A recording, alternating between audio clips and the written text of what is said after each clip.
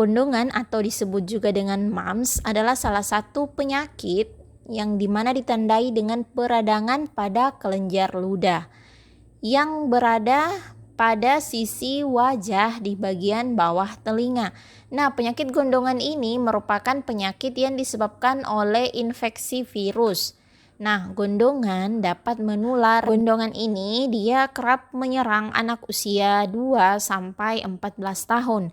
Sementara anak usia di bawah 2 tahun, terutama yang berada di bawah 1 tahun itu umumnya jarang terinfeksi penyakit ini. Nah, selain itu, infeksi virus penyebab gondongan ini biasanya dapat memberikan kekebalan seumur hidup. Jadi maksudnya apabila kita sudah menderita atau terkena gondongan, kemungkinan besar untuk terinfeksi kembali itu tidak akan terjadi lagi di kemudian hari. Jadi anak-anak yang mengidap penyakit gondongan ini dapat menyebarkan virusnya ke orang lain dalam kurun waktu 1-7 hari sebelum muncul gejala-gejala.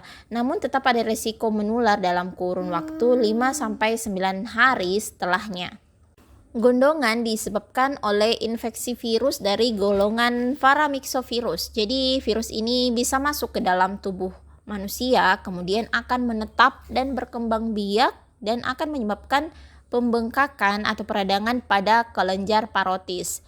Nah, adapun penyebaran virus ini biasanya dengan mudah terjadi saat kita menghirup percikan lendir saat penderita gondongan tersebut batuk, bersin, dan berbicara.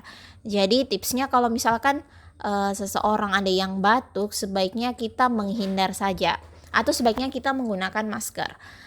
Selanjutnya kita melakukan kontak langsung dengan penderita. Penyebaran virus dengan mudah terjadi apabila kita menyentuh benda-benda yang ada di sekitar penderita, lalu menyentuh hidung dan mulut kita tanpa mencuci tangan terlebih dahulu.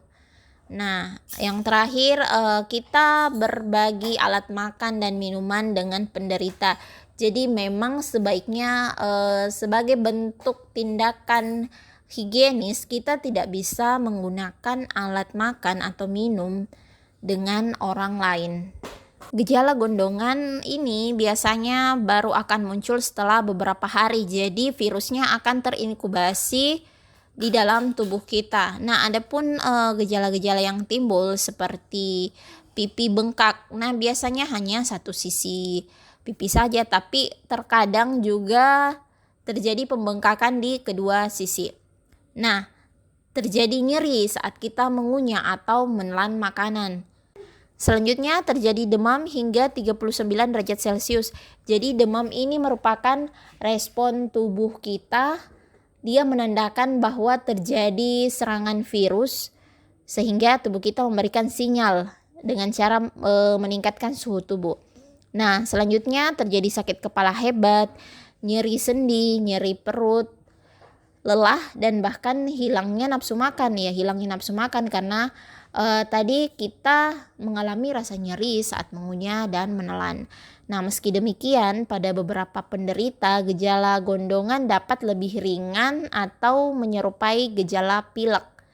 Beberapa penderita juga bahkan tidak mengalami gejala apapun. Jadi ini semua tergantung dari respon imunitas tubuh kita.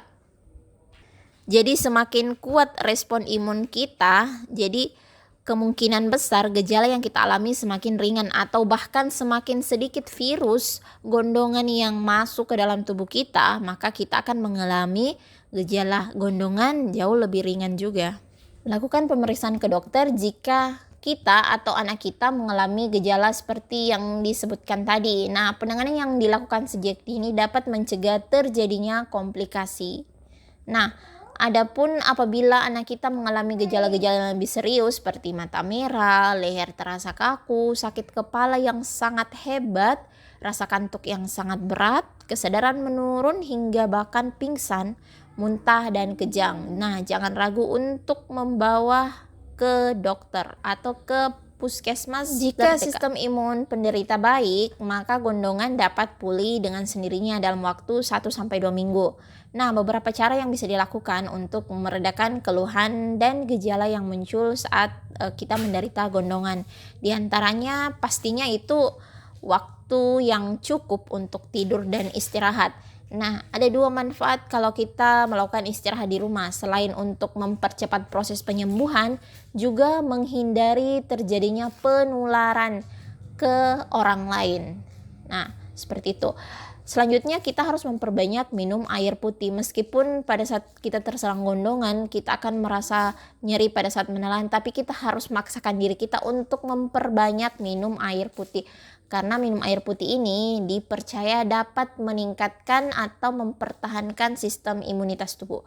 Selanjutnya, untuk mengurangi rasa nyeri dan bengkak di area pipi kita, sebaiknya kita melakukan kompres dengan menggunakan air hangat.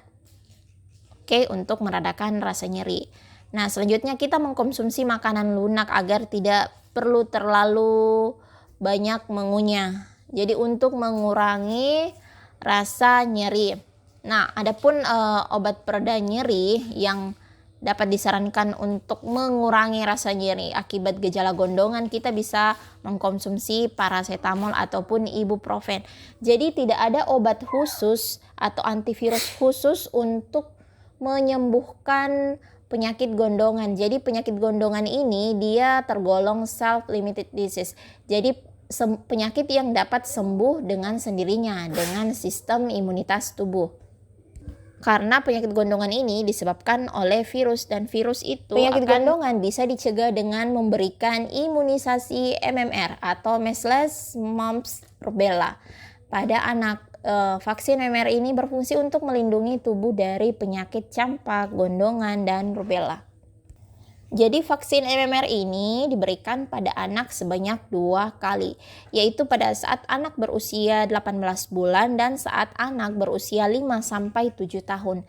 Selain itu, pencegahan gondongan juga bisa dilakukan dengan cara rutin mencuci tangan dengan sabun dan air mengalir, tidak berbagi peralatan makanan atau alat mandi dengan penderita, dan menerapkan etika batuk seperti menutup mulut dan hidung dengan tisu ketika kita batuk dan bersin.